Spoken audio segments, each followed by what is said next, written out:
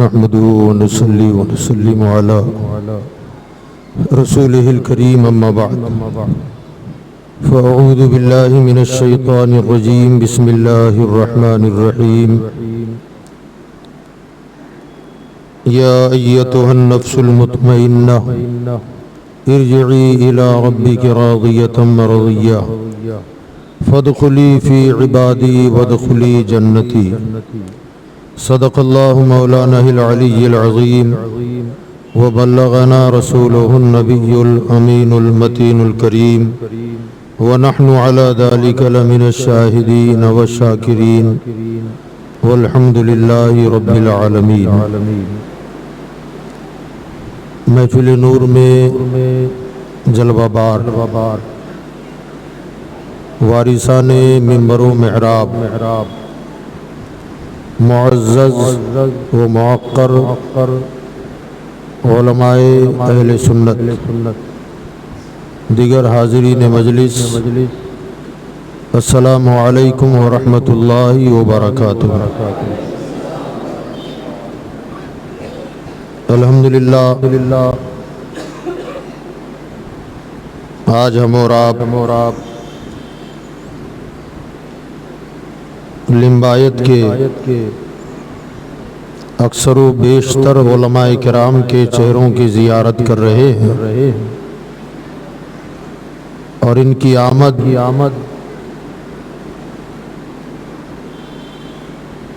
یقیناً باعث مسرت ہے اور ان کا آنا یہ بتا رہا ہے کہ حضرت علامہ مولانا آصف رضا صاحب قبلہ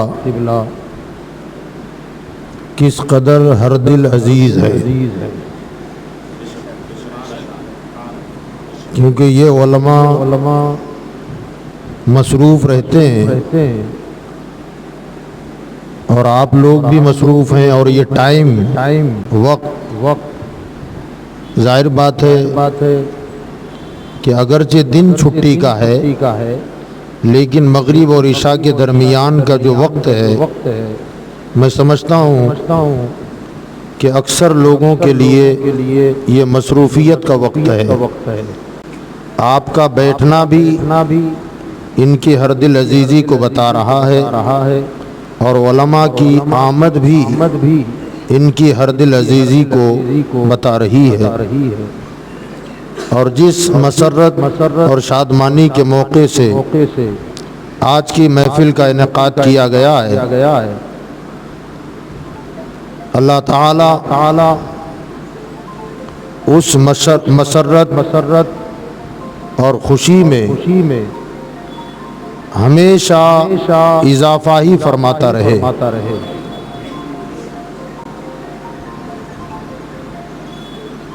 اشتہار جب میں نے دیکھا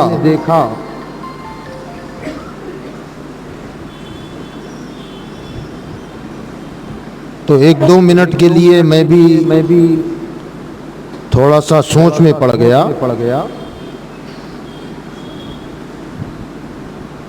مگر ایک دو منٹ کے بعد مجھے یاد آیا، اور جنہیں کچھ پتہ ہی نہیں ہوگا وہ اب تک بھی پریشان ہوں گے جیسا کہ میں 2 منٹ کے لیے پریشان تھا۔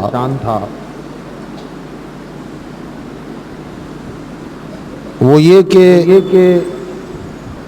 آج کا پروگرام حضرت مولانا آصف رضا صاحب کی طرف سے ہے،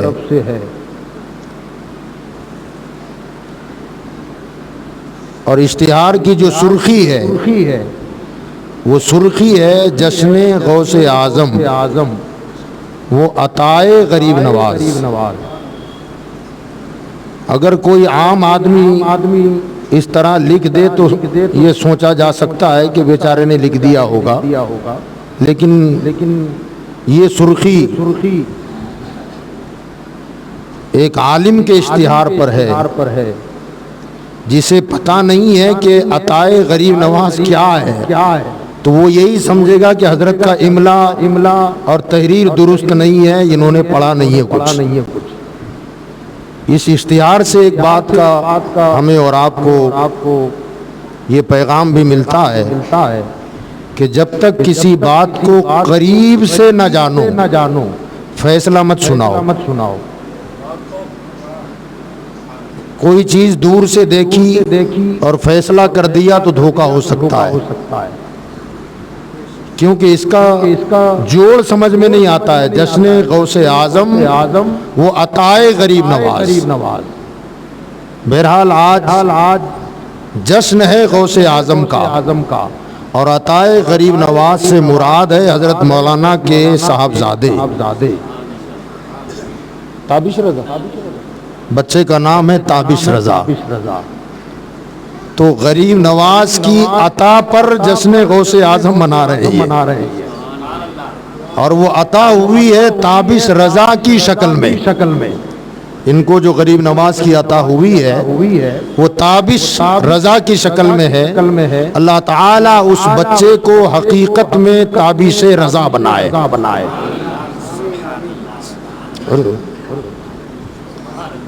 ماشاءاللہ. عطائے غریب نواز ادھر ہوئی ہے اور ہم کو تو عطائے غوث اعظم ملنا شروع ہو گئی ہے.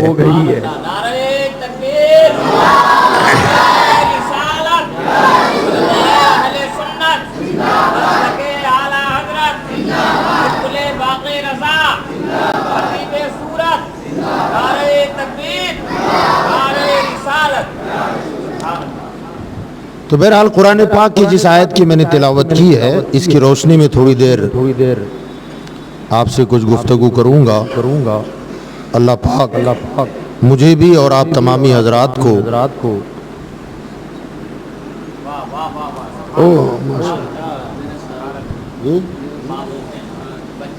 اچھا ماشاءاللہ حضرت مولانا کے نسبتی برادر ہیں. اللہ اس نسبت کو سلامت رکھے، چونکہ ہم لوگ ہی نسبت والے ہیں، ہم سبھی نسبت والے ہیں. بہرحال جو باتیں میں عرض کروں اللہ مجھے بھی اور آپ کو بھی عمل کی توفیق عطا فرمائے. اللہ تعالیٰ قرآن مجید میں ارشاد فرماتا ہے یا ایتھا النفس المطمئنہ، اے نفس مطمئنہ، اے اطمینان والی جان، ارجعی الی ربک، لوٹ آ اپنے رب کی طرف، راضیۃ مرضیہ، اس حالت میں کہ وہ تجھ سے راضی ہے تو اس سے راضی ہو جا. فادخلی فی عبادی، میرے بندوں میں داخل ہو جا. وادخلی جنتی، اور میری جنت میں داخل ہو جا. یہ اس آیت کا مفہومی ترجمہ میں نے آپ کے سامنے پیش کیا. اللہ فرما رہا ہے کہ اے نفس مطمئنہ، آ اپنے رب کی طرف لوٹا، اس حالت میں کہ وہ تجھ سے راضی اور تو اس سے راضی. فرمایا فادخلی فی عبادی، میرے بندوں میں داخل ہو جا. یہاں سوال یہ پیدا ہوتا ہے کہ اللہ تعالی جو نفس مطمئنہ کا حامل ہے اس سے فرما رہا ہے کہ میرے بندوں میں داخل ہو جا. نفوس ہمارا جو نفس ہوتا ہے نا، نفس عموماً ہم کہتے ہیں کہ وہ نفس کے پیچھے بھاگتا ہے، وہ نفس کے پیچھے دوڑتا ہے.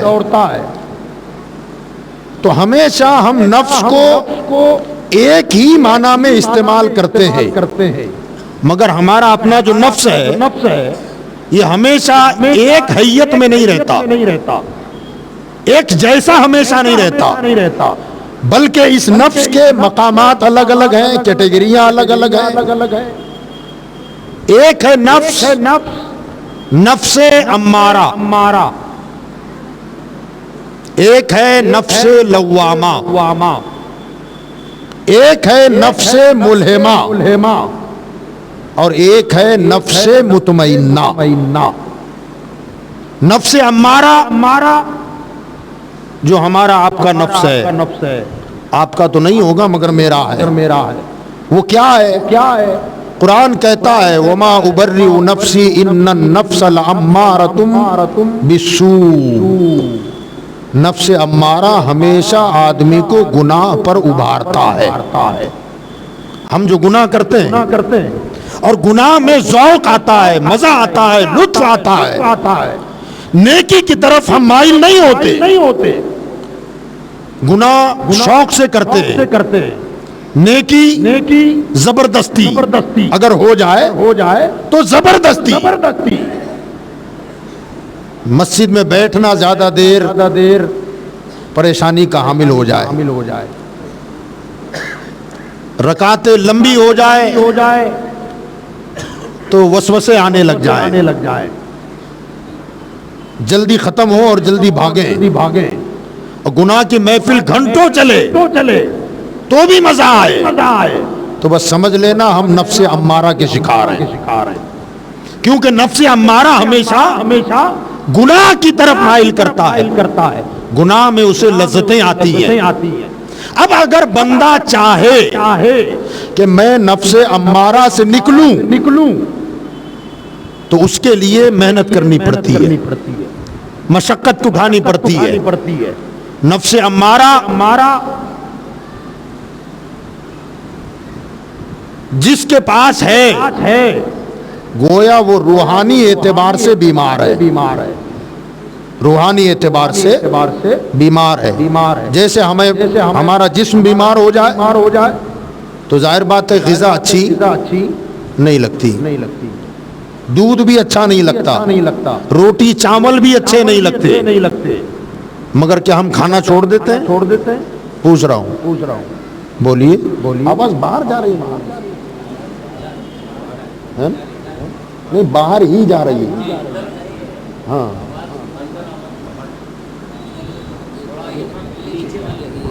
یہ والا. اچھا، اگر ہمارا جسم بیمار ہو تو ہمیں روٹی اچھی بولیے، دودھ بھی اچھا، لیکن کیا ہم کھانا چھوڑ دیں گے؟ زبان کڑوی ہو جاتی ہے، کڑوا لگتا ہے، مگر زبردستی پینا پڑتا ہے. اور اس کے ساتھ خالی غذا پر ہم خاموش نہیں رہتے، بلکہ غذا کے ساتھ دوائی بھی لیتے ہیں. غذا سے قوت آئے گی، دوا سے بیماری میں افاقہ ہوگا.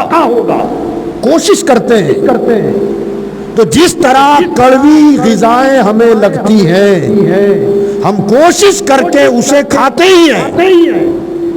ایسے ہی جب نفس امارہ کا شکار بندہ ہوتا ہے تو مسجد میں بیٹھنا مشکل ہوتا ہے، دینی محفلیں مشکل ہو جاتی ہیں، ذکر و اذکار اچھا نہیں لگتا. مگر بندہ زبردستی نفس پر زور ڈال کے اگر یہ کام کرتا رہے گا اور ساتھ میں علماء کے مواعظ بھی سنتا رہے، تقریریں سنتا رہے، تو یہاں بیٹھنا ذکر کرنا زبردستی یہ غذا ہے اور علماء کی تقاریر دوا ہے. علماء کی تقاریر دوا ہے. جب دوا بھی چلے گی اور غذا بھی چلے گی تو دھیرے دھیرے ہماری اندر کی جو بیماری ہے وہ کم ہوگی، اور جب کم ہوگی تو نفس امارہ ڈھیلا پڑتا جائے گا. اور جیسے جیسے نفس امارہ کمزور ہوگا نفس لوامہ سر ابھارے گا، نفس لوامہ اوپر اٹھے گا.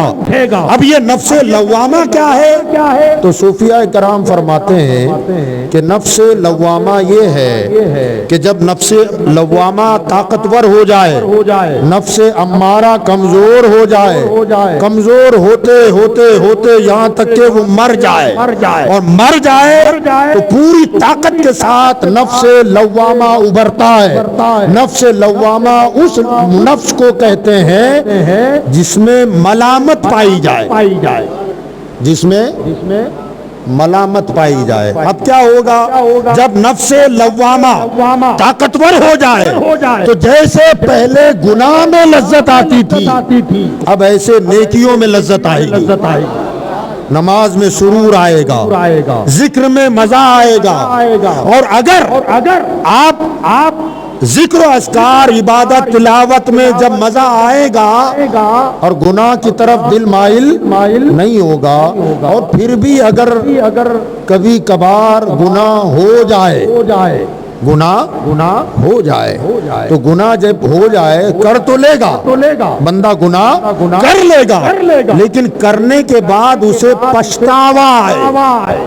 یہ ہے نفس لوامہ کی علامت، پچھتانا، نادم ہو جانا۔ میرے آقا صلی اللہ علیہ وسلم نے فرمایا الندامۃ توبۃ، نادم ہو جانا، شرمندہ ہو جانا بھی توبہ ہے۔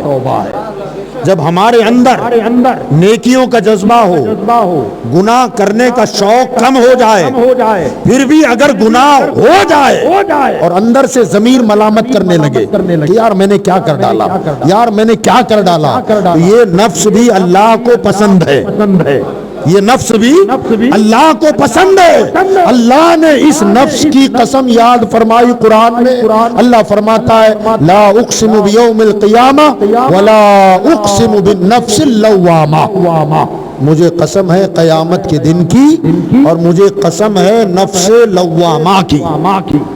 جو ملامت کرنے والا نفس ہے، گناہ ہو جائے تو آدمی کو پچھتاوا آنے لگے، ندامت ہونے لگے، شرمندگی ہونے لگے، اپنے آپ پر آدمی تھوکنے لگے کہ یار میں نے کیا کر دیا، نہیں کرنا چاہیے تھا۔ تو یہ ہے نفس لوامہ۔ اب اس میں بھی آدمی جب کوشش کرتا ہے اور لگاتار عبادت، ریاضت، توبہ، استغفار، ذکر و اذکار، تلاوت کرتا ہے تو دھیرے دھیرے نفس لوامہ سے بھی کمزور ہوتا ہے اور نفس ملہمہ سر ابھارتا ہے، نفس ملہمہ سر ابھارتا ہے۔ تو جب نفس ملہمہ سر ابھارتا ہے تو نفس لوامہ میں کبھی کبھی گناہ ہوتا تھا مگر پچھتاوا ہوتا تھا، اور نفس ملہمہ میں جب آتا ہے تو گناہ کا خیال بھی نکل جاتا ہے۔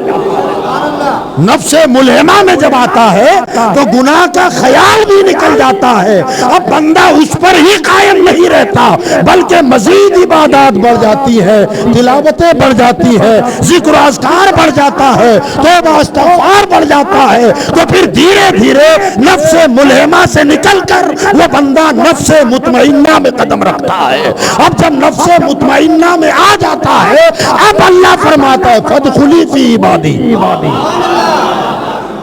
میرے بندوں میں آ جا۔ اللہ فرماتا ہے میرے بندوں میں آ جا۔ یہاں سوال پیدا ہوا کہ میرے مولا جب تک یہ بندہ نفس امارہ میں تھا تو کس کا بندہ تھا؟ ہم کس کے بندے ہیں؟ بولو اونچی بولو یار، اللہ کے۔ یہ کس کے بندے ہیں؟ جی بولیے، سنی کس کا بندہ ہے؟ واوڑا کس کا بندہ ہے؟ غیر مقلد کس کا ہے؟ مولا سبھی تو تیرے بندے ہیں۔ جب یہ بندہ نفس امارہ میں تھا تب بھی تیرا بندہ، نفس لوامہ میں آیا تب بھی تیرا بندہ، نفس ملہمہ میں آیا تب بھی تیرا بندہ، نفس مطمئنہ میں جب آیا اب تو کہتا میرے بندوں میں آ گیا۔ تو میرے مولا تیرے کون سے بندے ہیں؟ تیرے کون سے بندے ہیں؟ یاد رکھیے گا نفس امارہ سے نکلنا ہے، محنت کرنی ہے۔ نفس لوامہ میں گئے پھر محنت کرنی ہے، پھر ملہمہ میں گئے پھر محنت کرنی ہے، نفس مطمئنہ میں آئے۔ اس میں کئی سال لگ سکتے ہیں، اس میں کئی سال لگ سکتے ہیں۔ اگر ہم اپنی محنت سے کام کریں تو کئی سال لگ جائیں، لیکن کسی کی نظر پڑ جائے، اگر کسی کی نظر پڑ جائے تو پھر سال نہیں سیکنڈوں میں کام ہو جائے۔ اور ڈاکٹر اقبال نے بھی اس طرف اشارہ کیا ہے کہ خرد کے پاس خبر کے سوا کچھ اور نہیں، خرد کے پاس خبر کے سوا کچھ اور نہیں، تیرا علاج نظر کے سوا کچھ اور نہیں، تیرا علاج نظر کے سوا کیا مطلب؟ فرمایا کہ اگر کسی اللہ والے کی نظر پڑ جائے تو پھر چلے کی ضرورت نہیں پڑتی، مجاہدے کی ضرورت نہیں پڑتی، چوری کرنے آیا خانقاہ میں اور نظر ڈال دی غوث نے تو کتب بنا دیا۔ نہیں سمجھ گئے؟ تیرا علاج نظر کے سوا، کیونکہ محنت کرنا ہمارے بس کا کام نہیں ہے۔ اگر کسی اللہ والے نے نظر ڈال دی تو پھر سالوں میں نہیں سیکنڈوں میں کام ہو جائے۔ بہرحال ہمارا جہاں سوال تھا ابھی وہی ہے کہ نفس امارہ میں ہے تب بھی اللہ کا بندہ، نفس لوامہ میں ہے تب بھی اللہ کا بندہ، نفس ملہمہ میں آیا تب بھی اللہ کا بندہ، نفس مطمئنہ میں آیا تب بھی اللہ کا بندہ، مگر امارہ میں، لوامہ میں، ملہمہ میں ہے اللہ نہیں کہتا کہ میرے بندوں میں آ جا۔ مطمئنہ میں جب آیا اب کہتا ہے آ میرے بندوں میں داخل ہو جا۔ میرے مولا اب تک کس کا بندہ تھا؟ تو قدرت کا نقیب آواز دیتا ہے کہ بندہ تو میرا ہی تھا، مگر جب تک امارہ میں تھا تو کہتا تھا میں تیرا بندہ، لوامہ میں آیا تو کہتا تھا مولا میں تیرا بندہ، ملہمہ میں آیا تب تو کہتا تھا مولا میں تیرا بندہ، مگر جب مطمئنہ میں آیا تو کچھ نہ کہ میں خدا ہو کر کہتا ہوں کہ تو میرا بندہ ہے۔ بالکل صوفیانہ کلام چل رہا ہے، تھوڑی توجہ چاہتا ہوں آپ کی۔ یہ خانقاہ کے بیان ہے، کون سے بولیے کون سے بیان ہے؟ تفصیل کا وقت نہیں ہے ورنہ میں ہر نفس پر الحمدللہ انشاءاللہ فیضان بریلی قائم رہے، فیضان بغداد قائم رہے تو ہم نفس امارہ پر پوری تقریر کر سکتے ہیں، کی جا سکتی ہے، ہمارے علماء موجود ہیں، یہ تو ان کی ذرہ نمازی ہے جو تشریف لائے، مہربانی ہے ان کی۔ بہرحال ہم کہتے ہیں ہم تیرے بندے، نفس لوامہ میں جائیں تب بھی ہم کہتے ہیں ہم تیرے بندے، ادھر خاموش، کچھ نہیں ہے، خاموشی ہے، سناٹا ہے۔ نفس مطمئنہ میں جب بندہ جاتا ہے تب رب کہتا اب میرے بندوں میں آ جا۔ مولا تو نے کہا میرا بندہ تو کہاں؟ اقبال کہتا ہے عبد دیگر، عبدہو چیز دیگر، عبد دیگر، عبدہو چیز دیگر، بندہ اور ہے اس کا بندہ ذہن حاضر ہے نا؟ بندہ ہونا اور ہے، اس کا بندہ ہونا اور ہے۔ کا کیسے؟ فرماتے ہیں کہ عبد دیگر، عبدہو چیز دیگر، این سراپا انتظار او منتظر۔ فرمایا جب تک بندہ بندہ ہے انتظار کرتا ہے مولا تیری رحمت کب برسے گی، مولا تیرا پیار کب ملے گا، مولا تیری کرم نوازی کب ہوگی۔ اور جب اس کا بندہ ہوتا ہے تو اب رب کی رحمت کہتی ہے کہ میرے بندے تو جو کہے گا وہ میں کرنے تیار ہوں۔ بندہ کہتا ہے تیری رحمت برسا، اور جب اس کا بندہ ہو تو پھر رحمت اس کا انتظار کرتی ہے۔ کیسے کرتی ہے؟ تو ڈاکٹر اقبال نے کہا تھا کہ خودی کو کر بلند اتنا کہ ہر تدبیر سے پہلے خدا بندے سے خود پوچھے۔ بولو بتا، ہم کہتے مولا تیری رضا کیا ہے، مولا تیری رضا کیا ہے، مولا تیری رضا کیا ہے۔ اور جب بندہ اس کا ہو جائے تو پھر وہ کہتا ہے عبد القادر بتا تیری رضا کیا ہے، معین الدین بتا تیری رضا کیا ہے۔ اب عبد القادر ہو یا معین الدین اجمیری ہو وہ کہتے ہیں مولا میری رضا یہ ہے کہ آصف رضا چادر لے کے آیا ہے، آصف رضا چادر لے کے آیا ہے۔ باری تعالیٰ مجھے تو نے کسی چیز کی کمی نہیں کی۔ قدرت کا نقیب کہتا ہے میرا بندہ تو ہے، بتا تیری رضا کیا ہے۔ تو وہ کہتا ہے یہ جو آیا ہے اس کی ذرا جھولی بھر دے۔ اس کی جھولی بھر دے. تو اللہ تعالیٰ فرماتا بتا تیری رضا کیا ہے. اب جب وہ کہتے مولا اس کا دامن بھر دے تو اللہ کی عطا آ جاتی ہے, اور جب اللہ کی عطا آئی تو چادر چڑھی تو عطا ملی.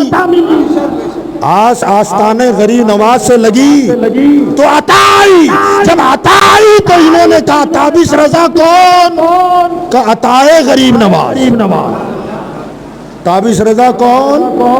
بولے یار عطائے غریب نواز. اب جیسے انہوں نے کہا میرا بیٹا عطائے غریب نواز, تو بیمار کی بیماری بڑھ گئی. فی قلوبہم مرض, ان کا دل بیمار ہے. اللہ فرماتا ہے فزادہم اللہ مرضا, اللہ نے اس کی بیماری اور بڑھا دی. اللہ نے بیماری اور بڑھا دی. اب یہ جو آیت ہے نا فی قلوبہم مرض, یہ بیماری سے کیا مراد ہے؟ دل بیمار ہے مطلب کیا؟ ہارٹ کا مسئلہ تھا کوئی؟ دل کی رگیں چوکب تھی؟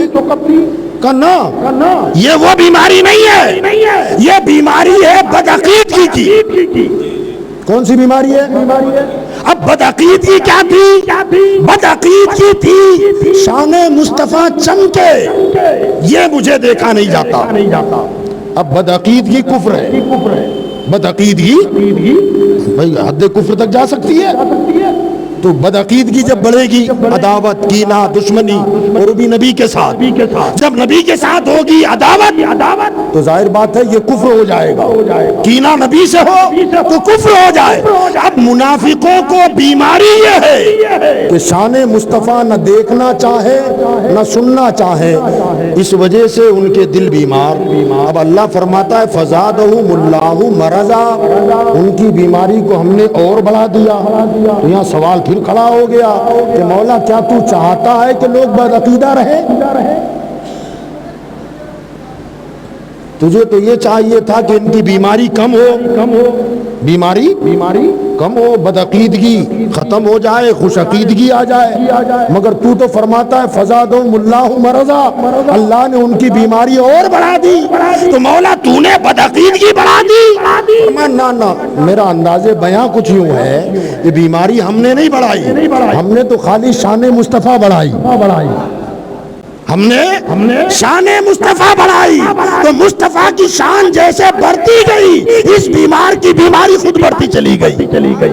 بیمار کی بیماری بڑھتی چلی گئی. تو اللہ تعالیٰ نے جو فرمایا کہ فی قلوبہم مرض, دل بیمار ہے, تو اولیاء کے لیے بھی دل بیمار ہوتے ہیں. جیسے انہوں نے لکھا یا کہا عطائے غریب نواز, تو بیمار دل کہتا ہے یار کتنا بڑا شرک ہو گیا, کتنا بڑا شرک.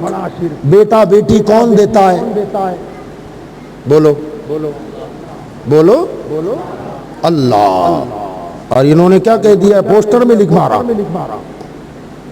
بیٹا ان کے یہاں آیا, دیا کس نے؟ بولو جس کا ایمان ہے بولو. اور یہ کیا لکھ رہے ہیں؟ عطائے غریب نواز. مولانا بیٹا اللہ نے دیا کہ غریب نواز نے دیا؟ ہاں. اب انہوں نے کہا عطائے غریب نواز, تو اس کی بیماری بڑھ گئی. کہا مولانا ہو کے بیٹا بیٹی دینے والی ذات اللہ کی, اور انہوں نے منسوب کر دیا غریب نواز کی طرف, یہ شرک ہو گیا. تو یاد رکھیں یہ بھی مولانا ہے, اور شرک اور توحید کو خوب جانتے ہیں, اچھی طرح جانتے ہیں. تو انہوں نے کہا کہ حضرت صاحب ادھر آئیے, اگر آپ کے بھائی کا مرڈر آپ کے سامنے ہو جائے, مثال دے رہا ہوں, سامنے ہو گیا, چاقو مار دیا کسی نے پیٹ میں, وہ بھائی وہ ہے جس کا دل بیمار ہے, اس نے دیکھا, مقدمہ کس کے نام کرے گا؟ جی جس نے مارا اس کے نام. اب جس نے مارا تھا وہ مسلک اعلی حضرت کا ماننے والا مولانا آصف رضا کا مقتدی, ایف آئی آر ہو گئی, کورٹ میں بلا لیا. اب ادھر مدعی علیہ دونوں آمنے سامنے. حضرت کے مقتدی نے کہا کیا کہہ رہے ہو؟ وہ اس نے جج صاحب سے کہا صاحب میں نے خود دیکھا ہے اسی نے میرے بھائی کو مارا. ان کے مقتدی نے ہر جمعہ میں سنتا تھا تقریر. اس نے کہا او ملا جی پہلے قبول کر کے تو مشرک ہے. کہا کیوں؟ تو کہا موت و حیات دیتا کون ہے؟ موت و حیات اس نے کہا اللہ. اللہ کے نام FIR کر, مقدمہ اللہ کے نام کر. میرے نام کیوں کر رہا ہے کہ میں نے تیرے بھائی کو موت دی, تیرے بھائی کو میں نے مارا, حالانکہ موت تو اللہ دیتا ہے. یہ کیا کہے گا اونچا پاجامہ؟ یہ کہے گا میاں موت اللہ دیتا ہے مگر ذریعہ تو تو بنانا, اس لیے تو نے میرے بھائی کو قتل کیا. تو مولانا کا مقتدی کہے گا کہ مولانا نے بھی تو یہی کہا کہ دیا دیتا تو اللہ ہی ہے مگر ذریعہ میرا خواجہ بنا ہے. اس لیے ہم یہی کہتے ہیں ذریعہ میرا خواجہ بنا. اسی لیے اعلیٰ حضرت امام احمد رضا کہتے ہیں کہ اس کی بخشش ان کا صدقہ, اس کی بخشش ان کا صدقہ. دیتا وہ ہے دلاتے یہ ہے, دیتا وہ ہے دلاتے یہ ہیں. رب ہے موتی یہ ہے قاسم, رزق اس کا ہے کھلاتے یہ ہیں. ٹھنڈا ٹھنڈا میٹھا میٹھا پیتے ہم ہیں. اونچی بولو. اس کی بخشش ان کا صدقہ. دیتا وہ ہے دلاتے یہ ہیں. عطا تو اسی کی ہے مگر ذریعہ یہ بنے. تو جب ذریعہ بنے تو بندہ ذریعے کی طرف ہی دیکھے گا, ان کے نام کے نعرے لگائے گا.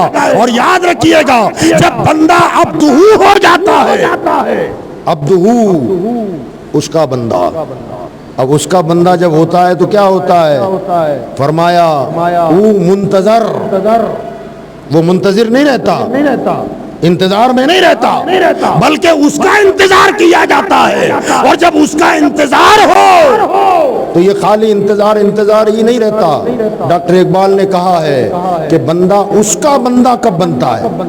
اس کا بھئی ہم سب بندے ہیں مگر جب ادھر سے ندا آئے ہو نہ ہو آج میرا ذکر حضور میں ہوا. اعلیٰ حضرت فرماتے ہیں ہو نہ ہو آج میرا ذکر حضور میں ہوا, ورنہ میری طرف خوشی دیکھ کر مسکرائی کیوں؟ میرا تذکرہ وہاں ہو رہا ہے اسی لیے تو خوشیاں مسکرا کر میری طرف آتی جا رہی ہے. تو فرمایا ہم سب بندے ہیں اس کے مگر وہ کہے کہ تو میرا بندہ ہے. فرمایا یہ کب ہوگا؟ یہ اس وقت ہوگا کہ اقبال کہتے ہیں کہ محمد سے وفا تو نے, بے شک کی محمد سے وفا تو نے تو ہم تیرے ہیں. یہ جہاں چیز ہے کیا لوح و قلم. بس تھوڑا سا اس کو سمجھ لیں آپ.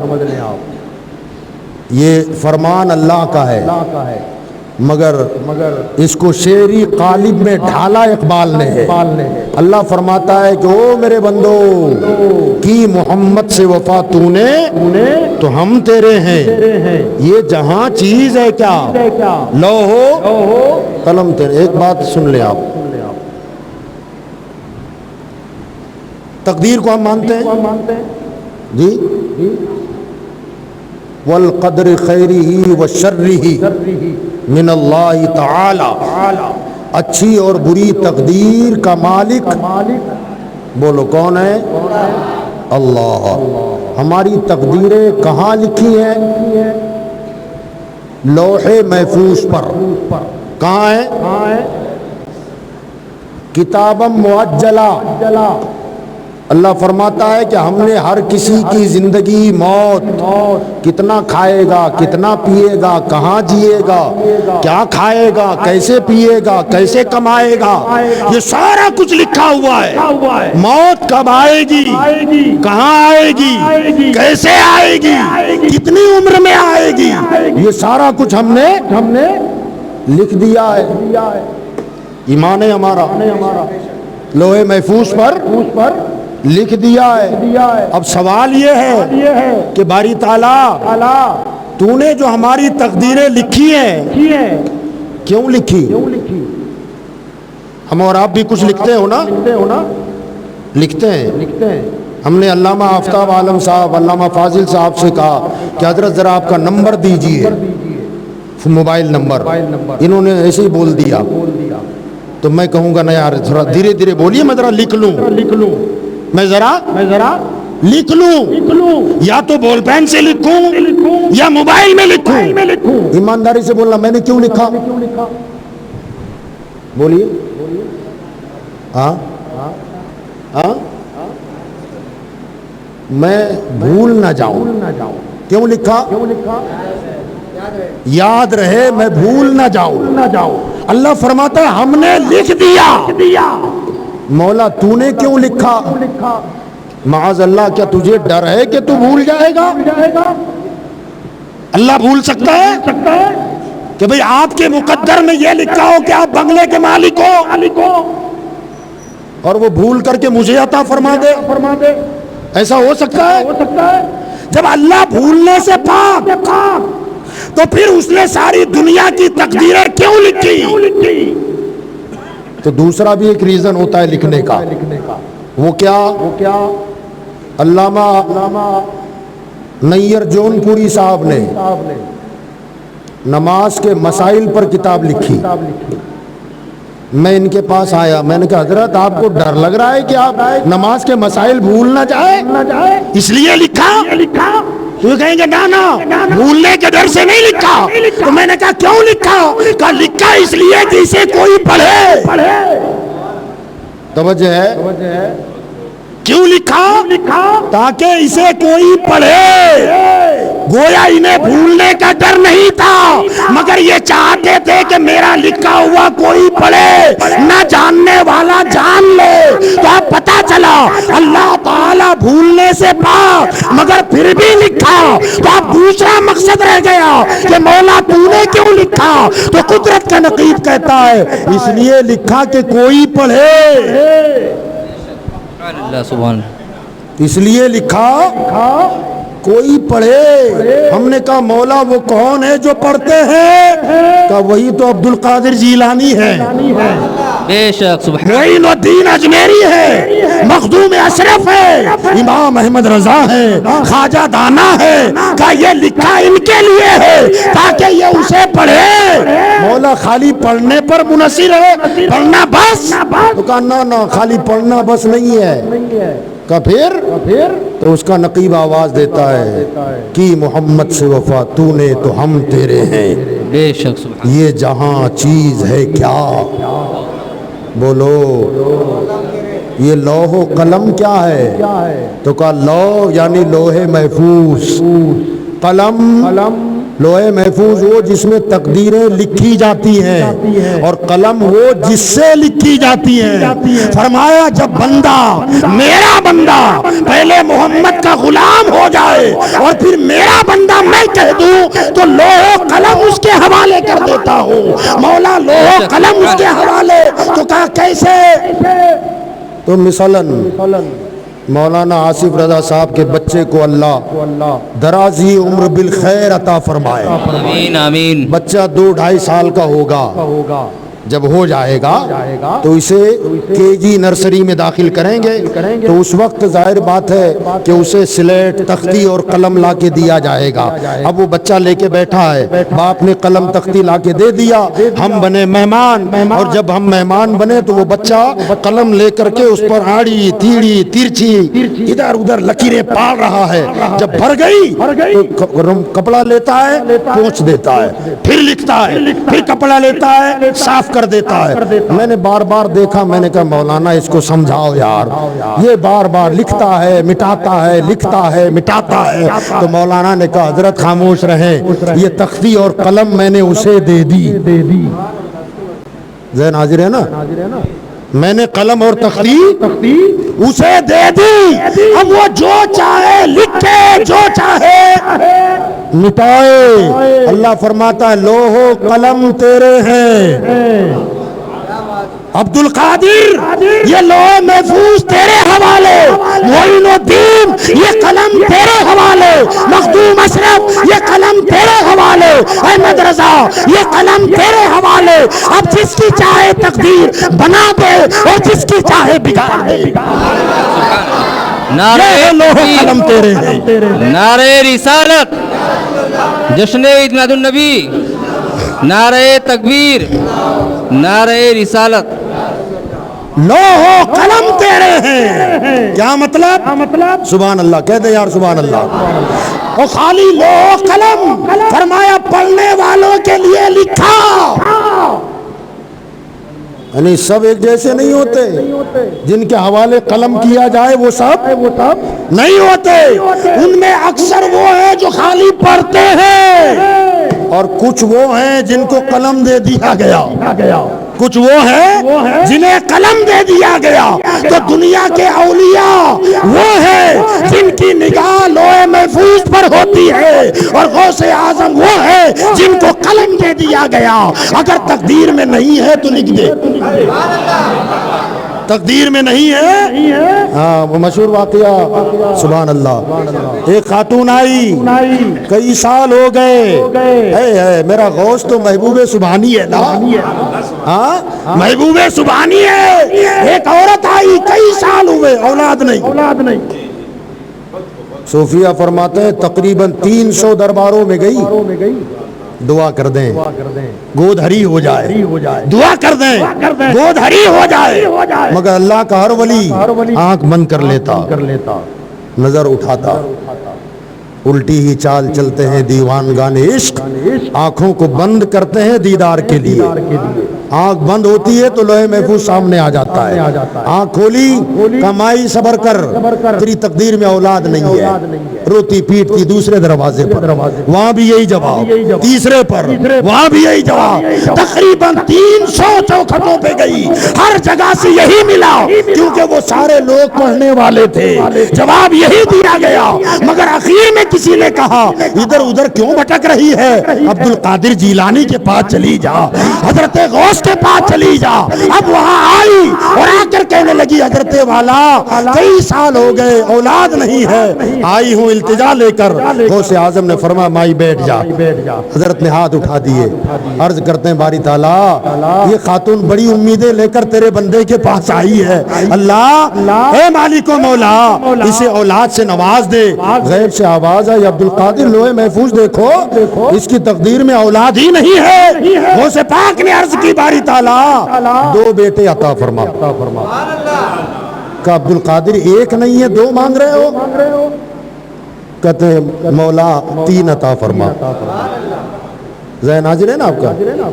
کبھی کبھی کیا ہوتا ہے، چھٹیاں لگ گئی بچوں کی، دیوالی ویکیشن آ گیا، سمر گرمیوں کا سیزن آیا، تو 3-4 بچے ہیں گھر میں، تو بڑے بچوں کی خواہش ہوتی ہے کہ ذرا کہیں گھومنے جائیں، تو بڑے بچے جب آتے ہیں آپ کے پاس، ابا جی چھٹیاں پڑ گئیں، اجمیر چلیں، بریلی چلیں، ساپوتارہ جائیں، تو باپ کیا کہتا ہے، ابھی پچھلی چھٹی میں گئے تھے نا، کیا لگا ہے بار بار ڈانٹ کے بھگا دیا۔ اب یہ بڑے کیا کرتے ہیں، جو سب سے لاڈلا ہے نا اسے ڈھونڈتے ہیں، لاڑ والا جو ہے چھوٹا اسے کہتے ہیں جانا تو ذرا تو بول، اب یہ جاتا ہے اور یہ جا کے کہتا ہے ابو جی فلاں جگہ چلتے ہیں ذرا گھومنے، تفریح ہو جائے۔ تو پہلے والے کو تو ڈانٹ پڑی تھی، اس کے ساتھ لہجہ بدل گیا، بیٹا ابھی گئے تھے نا اپن کچھ دن پہلے، بعد میں جاتے ہیں، بعد میں جاتے ہیں، ارے اچانک لہجہ بدل گیا، ادھر تو وہ سختی تھی ادھر اتنی نرمی، تو کہا یہ ذرا لاڈ والا ہے، یہ لاڈ والا ہے۔ اب وہ باپ کہتا ہے بیٹا ابھی گئے تھے، پھر جاتے ہیں نا بعد میں، مگر وہ کہے کہ نا ابو ابھی جانا ہے، باپ منع کر رہا ہے، اب اس کی شکل رونے والی ہو گئی، اب جیسی رونے والی ہو گئی تو ادھر رحمت والا دریا جوش میں آ گیا، کہا بیٹا ہاں چلتے ہیں، یہ اچھل کے اندر بھاگا، کہا ابا نے کہا چلتے ہیں، کام ان کا بھی ہو گیا، تالا اسے بھی تھا، ڈالنے کی کوشش اسے بھی کی، مگر جب اس کا لاڈ بڑھنے لگا تو باپ کی رحمت کو جوش آ گیا, شفقت ابھر گئی بلا تمثیل. اللہ کے اولیاء اور بھی ہے مگر محبوب سبحانی میرا عبد القادر جیلانی ہے, وہ محبوب سبحانی ہے, قطب ربانی ہے. ہر ولی اگرچہ وہاں پر محبوب ہوتا ہے مگر محبوب سبحانی کا مقام ہی الگ ہے. کہا باری تعالیٰ اسے اولاد دے. رب نے فرمایا عبد القادر تقدیر میں نہیں ہے, مانگ رہے ہو کہ مولا دو عطا فرما. عبد القادر ایک نہیں ہے, دو مانگ رہے ہو, اے اللہ تین عطا فرما. عبد القادر ایک نہیں ہے, تین مانگ رہے ہو, کہ مولا چار عطا فرما. عبد القادر ایک نہیں چار مانگ رہے ہو, کہ باری تعالیٰ پانچ دے دے. کہ عبد القادر ایک نہیں ہے پانچ مانگ رہے ہو, کہ مولا چھ عطا فرما. کہ عبد القادر ایک نہیں ہے چھ مانگ رہے ہو, کہ باری تعالیٰ سات عطا فرما. غیب سے آواز آئی عبد القادر تھی نہیں مگر تیری زبان ہل گئی تو سات عطا فرماتا ہوں. یہ کی محمد سے وفا تو نے تو ہم تیرے ہیں.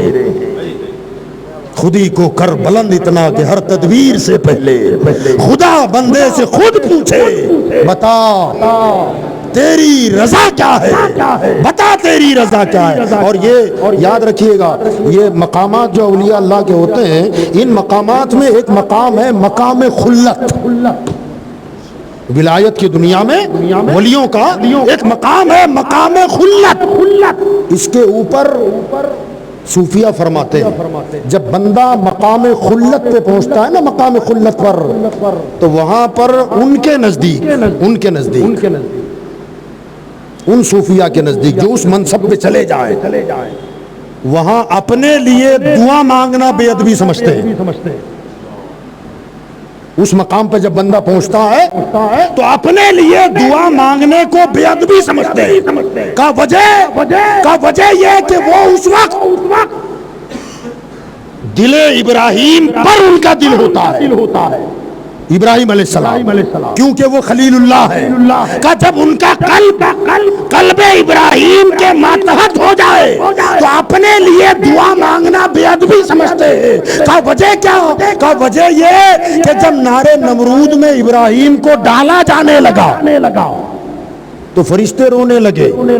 رب نے فرمایا فرشتوں جاؤ, جبریل جاؤ, اگر مدد کر سکتے ہو تو کر دو. جبریل آئے اور کہا حل کا حاجت یا ابراہیم, کوئی حاجت ہو تو بیان کرو میں مدد کر دوں. جناب ابراہیم نے کہا کہ نہ, حاجت تو ہے مگر تجھ سے نہیں ہے. کہا پھر جس سے ہے اسے کہو, جس سے حاجت ہے اس سے کہو. تو ابراہیم نے کیا کہا, اس سے کیا کہوں کا خبر بے خبر کو دی جاتی ہے. صوفیانہ کلام ہے یار. کیا فرمایا؟ خبر بے خبر کو کی جاتی ہے. کیا میں اس سے کہوں کہ مولا آگ جل رہی ہے, رسیوں سے باندھا گیا ہے, مجھے اندر ڈالا جا رہا ہے, کیا اسے بتاؤں جو علیم و خبیر ہے؟ خبر تو بے خبر کو کی جاتی ہے. کیا وہ سب کچھ جانتا ہے, جس میں اس کی مرضی ہے اس کا بندہ بھی اسی پر راضی ہے. یہ ہے وہ مقام خلت.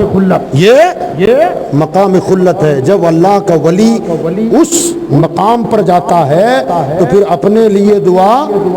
حضرت سیدنا امام جعفر الصادق اہل بیت نبوت کے بڑے مہکتے ہوئے پھول, امام جعفر اعلیٰ حضرت نے شجرے میں کہا صدق صادق کا تصدق صادق الاسلام کر. وہ امام جعفر صادق سبحان اللہ. بلخ سے ایک اللہ کے ولی حضرت کے پاس آئے, مدینہ میں رہتے تھے.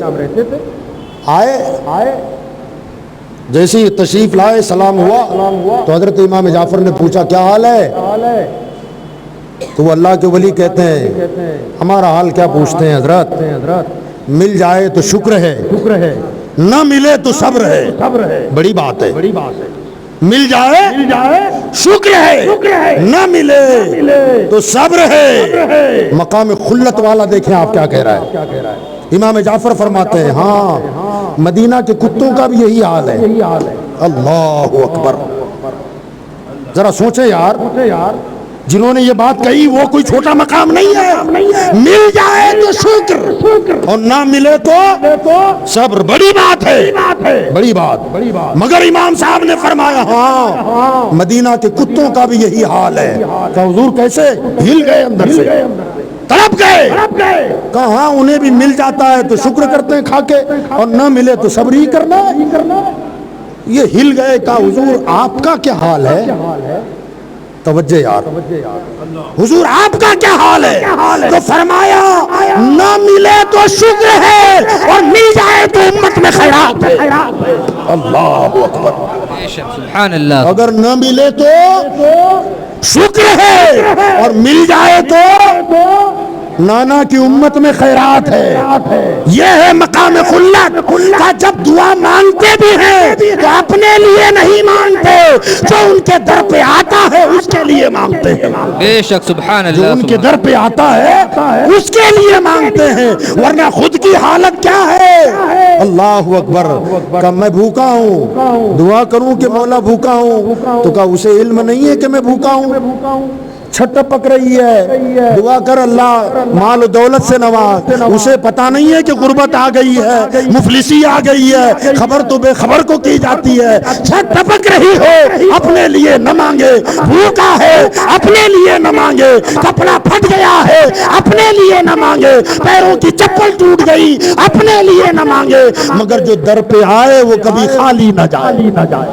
یہ ہے مقام خلت. اور جب یہ مقام پر بندہ فائز ہوتا ہے تو پھر غریب نوازی چھلکنے لگتی ہے. غریب نوازی چھلکنے لگتی ہے. غریب نواز علیہ رحمت و رضوان نے اپنی زندگی میں کبھی کسی کا, میں نے جہاں تک مطالعہ, ممکن ہے علماء نے اس کے علاوہ بھی مطالعہ کیا ہو, آپ کثیر المطالعہ ہیں, لیکن جہاں تک میرا اپنا مطالعہ ہے, میں نے جتنے اولیاء اللہ کی سیرتوں کا مطالعہ کیا ہے, تقریباً ہر ولی کے یہاں آپ کو لنگر کا سسٹم ملے گا. لنگر چلتا تھا ہاں, مگر وہ لنگر جو چلتا تھا وہ لوگ نذرانے آ کے دے جاتے, ہدیے دے جاتے, تحفے دے جاتے. یا اللہ والے وہ سارا نذرانہ مطبخ میں بیچ دیتے, باورچی خانے میں, کہ پکاؤ کھانا کھلاؤ غریبوں کو, پکاؤ کھانا کھلاؤ غریبوں کو. مگر حضرت خواجہ غریب نواز کے حوالے سے جتنا میں نے پڑھا ہے, میرے مطالعے میں یہ ہے کہ حضرت نے کبھی کسی کا نذرانہ قبول نہیں فرمایا. نذرانہ قبول نہیں فرمایا. کا لنگر مگر آج تک چل رہا ہے. لنگر آج تک چل رہا ہے. کا کیسے چلتا تھا؟ اس زمانے میں سینکڑوں لوگ کھاتے تھے. حضرت کے مطبخ کے جو نگران تھے باورچی خانے کے, وہ ایک دن اجمیر کے بازار میں گئے سودا خریدنے. آپس میں وہاں باتیں ہو رہی ہیں کہ کچھ نہ کچھ دال میں کالا ہے یار, اتنا پیسہ کہاں سے آتا ہے فقیروں کے پاس؟ سینکڑوں لوگ روزانہ کھاتے ہیں, کہاں سے آتا ہے؟ کہ کچھ نہ کچھ گڑبڑ ہے. تو جو مطبخ کے انچارج تھے انہوں نے جب ان کی تانا سنے نا, تانے, تو ان کو رہا نہ گیا اور انہوں نے برجستہ کہا اوئے ہوش سے کام لے, کہ وہ عطائے رسول ہیں. تجھے شک ہے کہ آتا کہاں سے ہے؟ کہ تو نے دولتوں کے انبار دیکھے ہوں گے, ڈھیریاں دیکھی ہوگی, میں نے سونے چاندی کا بہتا ہوا سمندر دیکھا ہے. لوگوں نے پوچھا کیسے؟ تو کہا جب بھی مطبخ اور باورچی خانے میں ضرورت پیش آتی ہے تو میں میرے حضرت کے پاس جاتا ہوں, حضرت مصلے پہ ہوتے ہیں, میں کہتا ہوں حضرت ضرورت ہے, تو حضرت مصلہ اٹھاتے ہیں. جب مصلہ اٹھتا ہے تو سونا چاندی مصلے کے نیچے سے دریا کی صورت میں بہتا نظر آتا ہے. آپ فرماتے تھے جتنے کی ضرورت ہے اٹھا لے جاؤ, جتنے کی ضرورت ہے اٹھا لے جاؤ. کہ تم نے سونے چاندی کے ڈھیر دیکھے ہوں گے, میں نے بہتا ہوا دریا دیکھا ہے. حضرت غریب نواز کا یہ مقام ہے. تو یاد رکھیے گا یہ خزانہ کس کا خزانہ ہے؟ یہ خزانہ مدینے والے کا خزانہ ہے، اور مدینے والے کے پاس جو خزانہ ہے وہ خزانہ اللہ کا عطا کردہ ہے۔ اسی لیے اللہ کے رسول صلی اللہ علیہ وسلم نے فرمایا واللہ یوتی وانا قاسم، اللہ مجھے دیتا ہے اور میں کائنات کو بانٹتا رہتا ہوں۔ اب اللہ کیا کیا دیتا ہے؟ تو اعلیٰ حضرت فرماتے ہیں کہ نعمتیں بانٹتا جس سمت وہ ذیشان گیا، نعمتیں بانٹتا جس سمت وہ ذیشان گیا، ساتھ ہی منشیے بولے بولے بولے ساتھ ہی منشیے، کیا مطلب ہے اس کا؟ پھر قلم آ گیا ہے، کیا مطلب ہے؟ جو تقدیر میں ہے وہ ملتا ہے، برابر بولیے، جو تقدیر میں ہے وہ ملتا ہے، اور تقدیریں لکھی ہوئی ہیں، تقدیریں لکھی ہوئی ہیں۔ اعلیٰ حضرت فرماتے ہیں او تقدیر والو ید مصطفیٰ کو دیکھو، ہاتھ جس سمت اٹھا کا کیا ہوتا ہے؟ تو کا منشی رحمت ہے نا، جو تقدیریں لکھنے والا فرشتہ وہ اپنا دفتر اور قلم لے کے حضور کے پیچھے پیچھے گھومتا ہے، کبھی نہیں لکھوں گا، حضور کا ہاتھ جدھر پڑے گا اب لکھوں گا، کا پہلے عطا ہوتی ہے پھر لکھا جاتا ہے، لکھے ہوئے کے مطابق عمل نہیں ہوتا، بلکہ مصطفیٰ جدھر چلتے ہیں ادھر قلم چلتا ہے۔ فرماتے ہیں کہ ساتھ ہی منشی رحمت کا قلم دان ساتھ گیا، نعمتیں بانٹتا جس سمت وہ ذیشان گیا، ساتھ ہی منشی رحمت کا قلم دان گیا۔ تو یاد رکھیں عبد ہونا اور ہے، عبدہو ہونا بندہ ہونا اور ہے، اس کا بندہ ہونا اور ہے۔ اللہ ہم کو نفس امارہ سے نکالے، نفس لوامہ عطا فرمائے، نفس لوامہ سے نکالے، ملہمہ عطا فرمائے، اور ملہمہ سے نکالے اللہ نفس مطمئنہ عطا فرمائے۔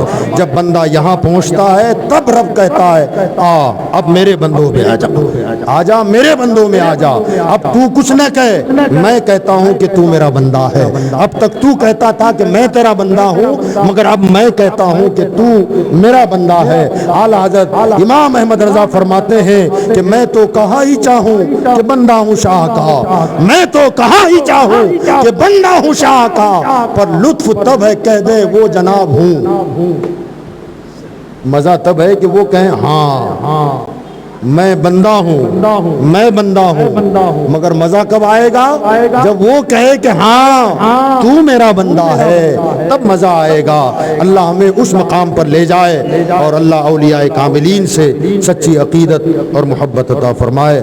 اللہ تعالی مولانا آصف رضا صاحب کی بھی عمر و اقبال میں خوب برکتیں عطا فرمائے، اور ان کے بچے کو اور دیگر بچوں کو بھی اللہ تعالیٰ ان کے لیے راحت و سکون کا ذریعہ بنائے۔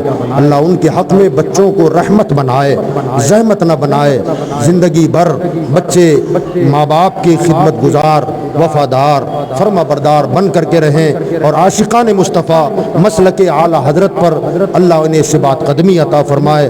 وآخر دعوانا ان الحمد للہ رب العالمین۔ السلام علیکم ورحمۃ اللہ۔